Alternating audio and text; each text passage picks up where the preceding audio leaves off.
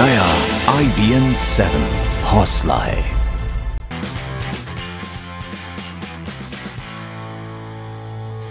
स्वागत है आपका, मैं हूं प्रशांत चरहे। शुरू करते हैं तेज रफ्तार खबरों का हमारा खास बुलेटिन सुपरफास्ट न्यूज। आज दिल्ली की सड़कों से डीटीसी की बसें नदारद रहेंगी। बसों के न चलने की वजह है डीटीसी के बस ड्राइवरों की हड़ताल। कल राजधानी के मुंडका में हुई रोड रेज की वारदात में डीटीसी बस के ड्राइवर अशोक की पीट कर हत्या कर दी गई थी। डीटीसी बस चालक एसोसिएशन मारे गए बस ड्राइवर के परिवार के लिए 1 करोड़ रुपए के मुआवजे की मांग कर रहा है, जबकि दिल्ली सरकार ने 5 लाख के मुआवजे और परिवार के एक शख्स को नौकरी देने का ऐलान किया है। आपको बता दें कि दिल्ली एनसीआर में डीटीसी की 4000 बसें चलती हैं, जिनमें से 1100 स्कूली बसें हैं। लिहाजा आज का दिन दिल्ली वालों, खासकर स्कूली बच्चों और ऑफिस जाने वालों के लिए मुश्किल भरा हो सकता है। रोड रेज मामले में डीटीसी बस ड्राइवर की मौत से गुस्साए डीटीसी कर्मचारियों ने कल शाम दिल्ली के परिवहन मंत्री गोपाल राय का घेराव किया। दरअसल गोपाल राय ड्राइवरों से मिलने रोहिणी के बस डिपो गए थे। उन्होंने पीड़ित ड्राइवर के घर के एक सदस्य को नौकरी देने का भी ऐलान किया, लेकिन नाराज कर्मचारी उनकी गाड़ी के आगे लेट गए और 1 करोड़ के मुआवजे की मांग करने लगे। गोपाल राय ने मामले में दोषी लोगों के खिलाफ सख्त कार्रवाई का भरोसा दिलाया है। इसी के चलते रविवार को दिल्ली में कई जगह विरोध प्रदर्शन भी किया गया। वहीं दिल्ली के सीएम केजरीवाल ने पूरे मामले पर रिपोर्ट मांगी है।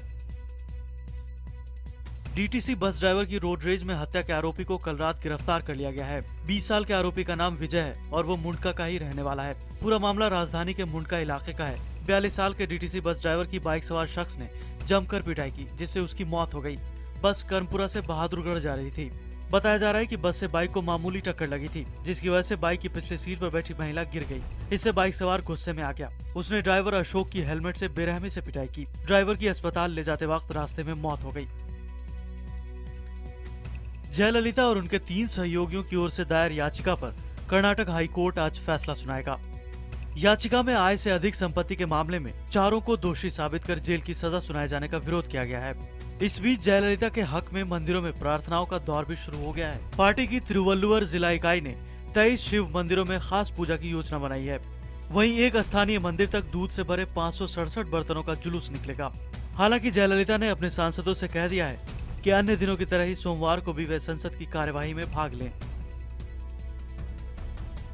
आज तमिलनाडु की पूर्व मुख्यमंत्री और AIADMK प्रमुख जयललिता के लिए बेहद अहम दिन है। कर्नाटक हाईकोर्ट जयललिता और उनके 3 सहयोगियों की ओर से दायर याचिका पर अपना फैसला सुनाएगा। याचिका में आय से अधिक संपत्ति के मामले में चारों को दोषी साबित कर जेल की सजा सुनाए जाने का विरोध किया गया है। फैसले से पहले बेंगलुरु हाईकोर्ट के आसपास सुरक्षा बेहद सख्त कर दी गई है। तमिलनाडु और कर्नाटक सीमा पर भी सुरक्षा बढ़ा दी गई है। फैसले के मद्देनजर अम्मा समर्थकों का बेंगलुरु आना लगातार जारी है। वहीं जयललिता और उनके 3 सहयोगी चेन्नई में ही रहेंगे, क्योंकि फैसला सुनाए जाने के वक्त इनका कोर्ट में मौजूद रहना जरूरी नहीं है। आज राज्यसभा में जीएसटी यानी गुड्स एंड सर्विसेज बिल पर चर्चा होगी। इस विधेयक को पारित कराने के लिए मोदी सरकार को विपक्ष की मदद की जरूरत पड़ेगी। कांग्रेस ने शर्त रखी है कि जब तक सड़क और परिवहन मंत्री नितिन गडकरी इस्तीफा नहीं देंगे, तब तक सदन में वो इस बिल पर चर्चा नहीं होने देगी। गडकरी की कंपनी पर सरकार को लोन का पैसा न लौटाने का आरोप है। राज्यसभा में सरकार के पास बहुमत नहीं है, लिहाजा बिल का पास होना मुश्किल है। ऐसे में विपक्ष के रुख को भांपते हुए सरकार इस बिल को सिलेक्ट कमेटी के पास भेज सकती है, ताकि बिल की समीक्षा करके जरूरी बदलाव किए जा सके। लोकसभा में तो सरकार का बहुमत है, लेकिन राज्यसभा में बिना विपक्ष की मदद के किसी भी बिल को पास कराना मुश्किल है। ऐसे में बिल को पारित कराने के लिए संविधान में संशोधन करना पड़ेगा और संविधान में संशोधन के लिए संसद के आधे सदस्यों के अलावा वोटिंग के दौरान मौजूद 2/3 सांसदों की सहमति भी जरूरी होती है। ऐसे में आगे की राह सरकार के लिए आसान नहीं है। जीएसटी बिल के अलावा आज संसद में भूमि अधिग्रहण कानून पर भी चर्चा होने की उम्मीद है। केंद्रीय गृह मंत्री राजनाथ सिंह ने रविवार को कहा कि राज्यसभा में बहुमत की कमी अयोध्या में राम मंदिर के निर्माण में आड़े आ रही है। राजनाथ सिंह ने कहा कि इस बार मंदिर के निर्माण के लिए संसद में प्रस्ताव लाना मुमकिन नहीं होगा। बता दें कि पिछले वर्ष लोकसभा चुनाव से पहले भाजपा ने चुनावी घोषणा पत्र में अयोध्या में राम मंदिर के निर्माण की बात कही थी। किसका वादा? किसका वादा? आपका वादा था, मोदी जी का वादा था, सबका वादा था चुनाव में। आपको मालूम है कि कहीं भी हमारा अभी राज्यसभा वगैरह में कोई बहुमत नहीं है। राज्यसभा में बहुमत होगा तो बहुमत लाएंगे जी। अब क्या होगा? काल्पनिक प्रश्नों का उत्तर नहीं दिया करता है। दिल्ली चुनाव में बीजेपी की सीएम उम्मीदवार रही पूर्व आईपीएस अधिकारी किरण बेदी ने ऐलान किया है कि वो अब चुनाव नहीं लड़ेंगी। रविवार को दिल्ली विधानसभा चुनाव पर एक सवाल के जवाब में उन्होंने ये बात कही। उन्होंने कहा कि मैं सक्रिय नेता नहीं हूं, क्योंकि राजनीति मेरी भाषा नहीं है। मैं फिर चुनाव नहीं लड़ूंगी। पणजी में चल रहे विमेन इकोनॉमिक फोरम में शिरकत के दौरान उन्होंने ये बात कही। किरण बेदी ने दिल्ली चुनाव को अपने जीवन का सर्वोत्तम अनुभव बताया। उन्होंने कहा कि दिल्ली चुनाव ने मुझे कुछ चीजों की गहरी परख दी जो शायद मुझे नहीं थी। बीजेपी के राष्ट्रीय अध्यक्ष अमित शाह ने एक बार फिर कहा है कि भूमि अधिग्रहण विधेयक किसानों के हक में है। अमित शाह ने बिल पर सफाई देते हुए कहा है कि ये विधेयक किसान विरोधी नहीं है, जैसा कि विपक्ष इसे बता रहा है। शाह ने भोपाल में बीजेपी कार्यकर्ताओं को संबोधित करते हुए कहा कि कांग्रेस भूमि अधिग्रहण विधेयक पर झूठ फैलाने की कोशिश कर रही है और भ्रम पैदा करने की कोशिश की जा रही है। बीजेपी अध्यक्ष ने कहा है कि मैं किसानों को भरोसा दिलाना चाहता हूं कि भूमि अधिग्रहण विधेयक में उनके साथ कोई अन्याय नहीं होगा। हम आपको ये भी बता दें कि भूमि अधिग्रहण विधेयक पर एनडीए सरकार विपक्ष के सख्त विरोध का सामना कर रही है। बिल बजट सत्र में संशोधन के साथ लोकसभा में पारित हुआ, लेकिन राज्यसभा में अटक गया। प्रधानमंत्री नरेंद्र मोदी ने अखबार को दिए अपने इंटरव्यू में भूमि अधिग्रहण कानून में बदलाव को जरूरी बताया। पीएम के मुताबिक यह कानून 120 साल बाद बदला गया था। इतने पुराने कानून पर विचार के लिए 120 घंटे भी लगे थे क्या? नहीं लगाए थे। और उसमें सिर्फ कांग्रेस पार्टी ही दोषी नहीं है, हम भी बीजेपी पार्टी के तौर पर दोषी हैं, क्योंकि हमने साथ दिया था। चुनाव सामने थे और सदन पूरा होना था, इसलिए जल्दबाजी में निर्णय हो गया। अब सभी मुख्यमंत्रियों के कहने पर उसमें जरूरी संशोधन किए गए हैं, जो कहीं भी किसान विरोधी या कॉर्पोरेट के हित में नहीं है। वोट डालने के बाद आचार संहिता के उल्लंघन मामले में आज पीएम मोदी पर फैसला आएगा। सुनवाई के बाद कोर्ट ने अपना फैसला सुरक्षित रख लिया था। दरअसल 30 अप्रैल को मोदी ने अहमदाबाद के रणीप इलाके में वोट डालने के बाद अपनी पार्टी चिन्ह के साथ सेल्फी ली थी। यही नहीं, मोदी ने ही पोलिंग बूथ के बाहर प्रेस कॉन्फ्रेंस भी की थी। इसके बाद सियासी बवाल शुरू हो गया था। चुनाव आयोग ने भी इसे आचार संहिता का उल्लंघन मानते हुए आपत्ति जताई थी। मुसलमानों का मताधिकार छीनने वाले लेख पर शिवसेना नेता संजय राउत को आज दोपहर तक चुनाव आयोग को अपनी सफाई देनी होगी। इस मामले में प्राथमिक तौर पर आदर्श चुनाव आचार संहिता का उल्लंघन पाते हुए केंद्रीय चुनाव आयोग ने कल शिवसेना सांसद संजय राउत को कारण बताओ नोटिस जारी किया था। अगर राउत अपनी सफाई नहीं देते हैं तो फिर आयोग इस पर बिना आगे कोई पूछताछ किए हुए कार्रवाई करेगा। केंद्रीय चुनाव आयोग ने ये नोटिस संजय राउत के खिलाफ दर्ज शिकायत और राज्य चुनाव आयोग द्वारा भेजी गई रिपोर्ट के आधार पर लिया है। प्रियंका गांधी और रॉबर्ट वाड्रा के बेटे रेहान की अखबारों के खिलाफ मानहानि की याचिका पर आज सुनवाई होनी है। दरअसल मानहानि की ये याचिका अखबारों में छपे उस लेख को लेकर है जिसमें ये अटकलें लगाई जा रही थी कि रेहान को गांधी परिवार का उत्तराधिकारी बनाने की योजना के तहत राहुल गांधी उन्हें गोद ले सकते हैं। मानहानि की ये याचिका एक अंग्रेजी और 2 हिंदी अखबारों के खिलाफ है। इसके खिलाफ दिल्ली हाईकोर्ट में याचिका दायर की गई है। एक आपराधिक मामले में दोषी ठहराए गए और पिछले महीने से लापता चल रहे गोवा के पूर्व मंत्री फ्रांसिस्को पचेको अब सुप्रीम कोर्ट पहुंच गए हैं। उन्होंने शीर्ष अदालत में अर्जी लगाई है। पचेको ने इस अर्जी में सरेंडर करने के लिए कुछ और समय मांगा है। आज पचेको की इस अर्जी पर सुनवाई होनी है। बता दें कि साल 2006 में पचेको पर बिजली विभाग के जूनियर इंजीनियर के साथ मारपीट करने का दोषी ठहराया गया था। कई बार सम्मन भेजने के बावजूद जवाब नहीं मिलने पर निचली अदालत ने उसे भगोड़ा घोषित करने की कार्रवाई शुरू की है। दिल्ली के मुख्यमंत्री अरविंद केजरीवाल ने मीडिया पर लगाम कसने की नीयत से दिल्ली सरकार के अधिकारियों के लिए नया फरमान जारी किया है। दिल्ली सरकार की ओर से जारी एक सर्कुलर के मुताबिक सरकार से जुड़े किसी भी अधिकारी को लगता है कि मीडिया द्वारा खबर दिखाए जाने से दिल्ली सरकार या मुख्यमंत्री की छवि खराब हो रही है, तो वो इस बारे में मुख्य सचिव को सीधे शिकायत दर्ज करा सकता है। इसके बाद ये मामला दिल्ली सरकार के कानून मंत्रालय को भेजा जाएगा, जो संबंधित खबर दिखाए जाने पर उस मीडिया संस्थान के खिलाफ सरकार की तरफ से केस दर्ज कराएगा।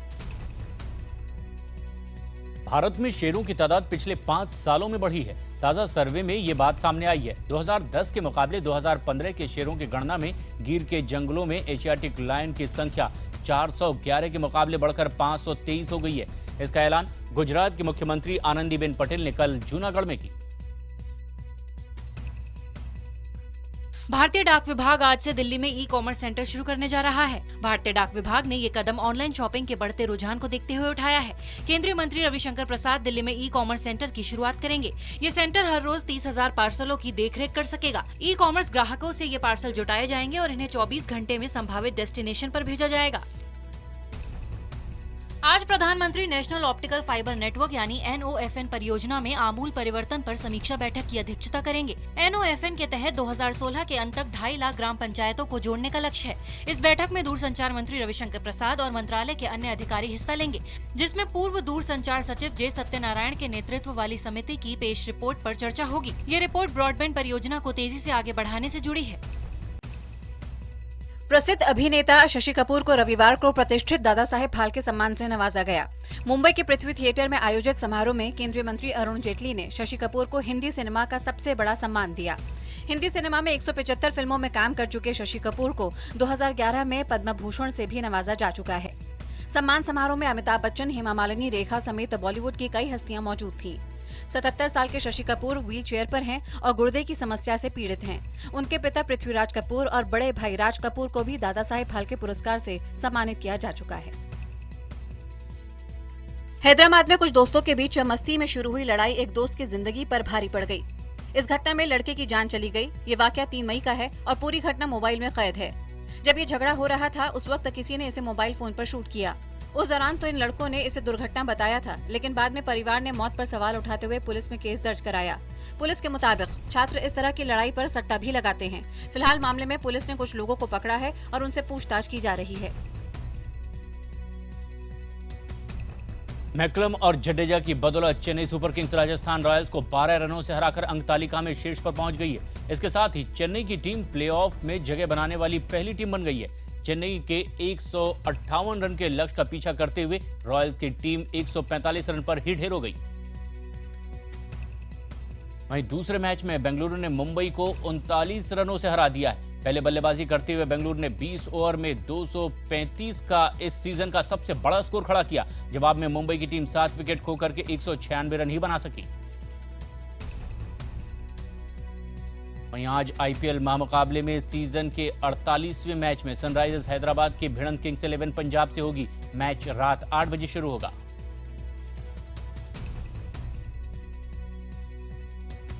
पाकिस्तान क्रिकेट बोर्ड के चेयरमैन शहरयार खान कोलकाता में बीसीसीआई अध्यक्ष जगमोहन डालमिया से मिले।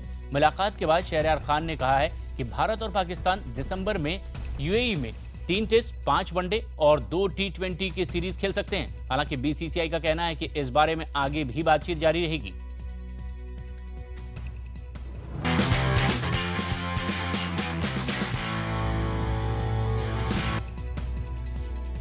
मैसेडोनिया में पुलिस और हथियारबंद गुटों के बीच झड़प की घटनाओं से हालात बेकाबू हो गए। इस दौरान हुई फायरिंग में 8 पुलिसकर्मियों और 14 हथियारबंद लोगों की मौत हो गई है, जबकि 37 लोग इसमें घायल हुए हैं। रूस ने जर्मनी के नाजी सेना पर अपनी जीत के 70 साल पूरे होने पर भव्य परेड का आयोजन किया। इस परेड में राष्ट्रपति प्रणब मुखर्जी समेत विश्व भर के करीब 20 नेता भी मौजूद थे। खास बात यह भी रही कि अन्य देशों के 10 मिलिट्री यूनिट ने भी रूस के इस परेड में हिस्सा लिया। अमेरिका के न्यूयॉर्क में एक परमाणु बिजली घर में आग लगने की वजह से उसे बंद कर दिया गया। बिजली बनाने वाली कंपनी के मुताबिक इस घटना में कोई घायल भी नहीं हुआ और इससे लोगों को कोई खास खतरा भी नहीं है। कई सालों से मीडिया में लगाई जा रही अटकलों को विराम देते हुए अभिनेता रणबीर कपूर ने आखिरकार अभिनेत्री कटरीना कैफ के साथ अपने रिश्ते को स्वीकार कर लिया है और कहा है कि वो अगले साल के अंत तक उनके साथ शादी के बंधन में बंध जाएंगे।